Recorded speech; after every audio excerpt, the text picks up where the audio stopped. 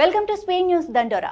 ఉపరాష్ట్రపతి పదవికి విపక్షాలు తమ అభ్యర్థిని ప్రకటించాయి. సుప్రీంకోర్టు విశ్రాంత న్యాయమూర్తి జస్టిస్ బి సుదర్శన్ రెడ్డి పేరును విపక్ష కూటమి నేతలు ప్రకటించారు. ఢిల్లీలో నిర్వహించిన ప్రెస్ కాన్ఫరెన్స్ లో ఇండియా కూటమి తరపున కాంగ్రెస్ అధ్యక్షుడు మల్లికార్జున ఖర్గే ఈ ప్రకటన చేశారు. తెలంగాణలోని రంగారెడ్డి జిల్లాకు చెందిన జస్టిస్ సుదర్శన్ రెడ్డి ఉస్మానియా యూనివర్సిటీలో న్యాయ విద్య అభ్యసించారు. ఆయన సుప్రీంకోర్టు న్యాయమూర్తిగా పనిచేశారు. అంతకుముందు ఆయన గౌహటి హైకోర్టు చీఫ్ జస్టిస్ గాను పనిచేశారు.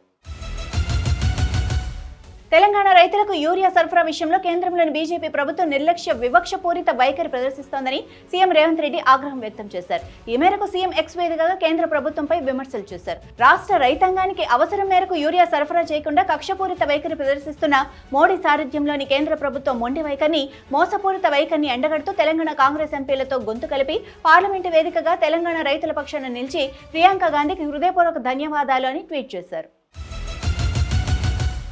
రాష్ట్ర వ్యాప్తంగా 5 రకాల బస్సుల్లో మహిళలకు ఉచితంగా ప్రయాణం చేసే అవకాశం కల్పించగా ఈ పథకంలో ఉన్న చిన్న లోటుపాట్లపై వైసీపీ సోషల్ మీడియాలో విమర్శలు గుప్పిస్తూ వీడియోలు కూడా షేర్ చేస్తుండగా దీనిపై రవాణా మంత్రి మండపల్లి రాంప్రసాద్ రెడ్డి ఆగ్రహం వ్యక్తం చేశారు.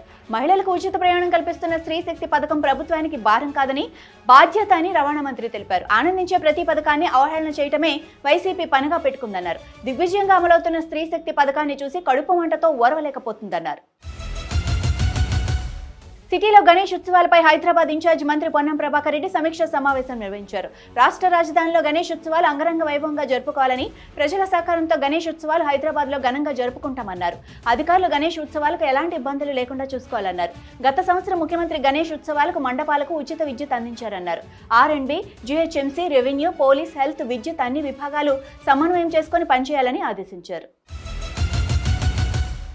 గాడి తప్పిన ఎమ్మెల్యేల చర్యలను టీడీపీ చూస్తూ ఊరుకోదని టీడీపీ రాష్ట్ర అధ్యక్షుడు పల్లె శ్రీనివాసరావు హెచ్చరించారు. క్రమశిక్షణ ఉల్లంఘిస్తే ఎమ్మెల్యే అయినా ఉపేక్షించేది లేదని పేర్కొన్నారు. కఠిన చర్యలు తీసుకోవడానికి కూడా వెనుకడుగు వేయమని అన్నారు. ఎమ్మెల్యేల వ్యవహార శైలిని సీఎం చంద్రబాబు నిత్యం పర్యవేక్షిస్తున్నారని, ఎమ్మెల్యేలు వ్యక్తిగతంగా తప్పులు చేస్తే అది పార్టీకి నష్టం కలిగించే విధంగా ఉంటే ఎందుకు ఉపేక్షించాలని ప్రశ్నించారు. కొన్ని సందర్భాల్లో తప్పుడు ప్రచారాలు, ఫేక్ వీడియోలతో ఎమ్మెల్యేలపై కుట్ర జరుగుతుందని, ఎమ్మెల్యేలు కూడా అప్రమత్తంగా ఉండాల్సిన అవసరం ఉందని అన్నారు. వాయువ్య పశ్చిమ మధ్య బంగాళాఖాతంలో ఏర్పడిన వాయుగుండం తీరం దాటింది. ఒడిశాలోని గోపాల్పూర్ కి సమీపంలో తీరం దాటినట్లు విశాఖ వాతావరణ కేంద్రం వెల్లడించింది. గడిచిన 6 గంటల్లో 7 కిలోమీటర్ల వేగంతో వాయుగుండం కదిలినట్లు అధికారులు వెల్లడించారు. దీని ప్రభావంతో ఉత్తరాంధ్రలో అక్కడక్కడ మోస్తారు నుంచి భారీ వర్షాలు కురిసే అవకాశం ఉంది. మత్స్యకారులు వేటకు వెళ్లొద్దని విపత్తుల నిర్వహణ సంస్థ సూచించింది. ముంబైలో ఎడతెరిపి లేకుండా కురుస్తున్న వర్షాలకు రోడ్లు, రైల్వే లైన్లు, దిగువ ప్రాంతాలు నీటితో నిండిపోయాయి. దీంతో భారత వాతావరణ సంస్థ రెడ్ అలర్ట్ జారీ చేసింది.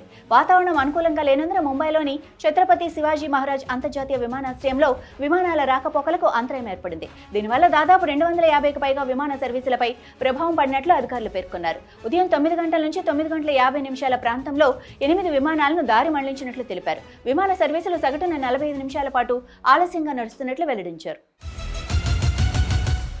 ద్వైపాక్షికమైన, త్రైపాక్షికమైన పుతిన్తో చర్చించేందుకు సిద్ధంగా ఉన్నట్లు జెలెన్స్కీ చెప్పారు. రష్యాతో యుద్ధం జరుగుతుందన్న నేపథ్యంలో పుతిన్తో జరిగే చర్చల అంశంలో తుది తేదీలు ఏవీ ఖరారు కాలేదని ఆయన అన్నారు. ట్రంప్తో భేటీ తర్వాత రష్యా, ఉక్రెయిన్ మధ్య చర్చలు జరుగుతాయని ఆశిస్తున్నట్లు జెలెన్స్కీ తెలిపారు. త్రైపాక్షిక మీటింగ్ కూడా తాము సిద్ధంగా ఉన్నట్లు ఉక్రెయిన్ అధ్యక్షుడు వెల్లడించాడు. ఒకవేళ ద్వైపాక్షిక చర్చలకు సిద్ధంగా ఉన్నట్లు ట్రంప్తో చెబితే దానికి కూడా తాము సిద్ధంగా ఉన్నట్లు తెలిపాడు. శాంతి స్థాపన కోసం ఉక్రెయిన్ ఎప్పటికీ వెనకడుగు వేయదని ఆయన అన్నారు.